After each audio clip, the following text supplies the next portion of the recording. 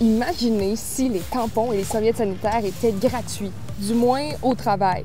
Il y a déjà des centaines d'entreprises québécoises qui en offrent à leurs employés, mais l'entrepreneur Andréane Marquis va plus loin et interpelle le gouvernement du Québec. Ça fait longtemps qu'on en parle. Ça fait longtemps que c'est quelque chose qui est discuté au Québec, au Canada. Puis, je sais pas, je trouve qu'au gouvernement provincial,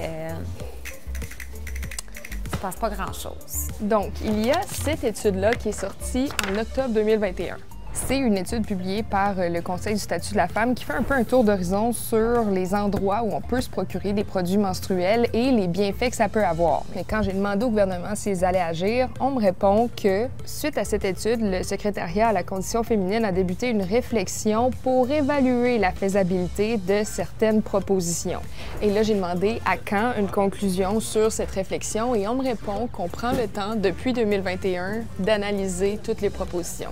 Ça pourrait juste commencer par que ce soit gratuit dans les institutions à juridiction provinciale. Quand on l'a calculé, ça nous coûte environ 7 sous par jour par employé d'offrir des produits menstruels gratuitement. Fait que je me dis, c'est pas coûteux. Puis après ça, pour la complexité, c'est simplement d'acheter des produits puis les mettre à la disposition. Comme un papier de toilette, une boîte de mouchoirs. Au final, mon but, c'est d'enlever ce fardeau financier-là sur les femmes, d'enlever ce stress-là aux femmes. Ceci dit, si votre employeur ne paye pas pour les produits menstruels, il y a d'autres options pour vous. Les villes de Québec et Lévis ont récemment annoncé qu'elles soutiennent financièrement l'achat de produits d'hygiène personnelle durables comme des serviettes, des protège-dessous et des culottes lavables.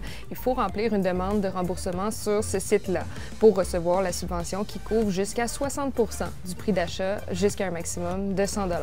Depuis décembre dernier, tous les employeurs sous réglementation fédérale doivent fournir des produits menstruels dans les toilettes de leurs employés. Ça comprend entre autres les gares de train, les banques, les aéroports et les sociétés d'État. Comme Radio-Canada. Pensez jamais finir un topo aux toilettes.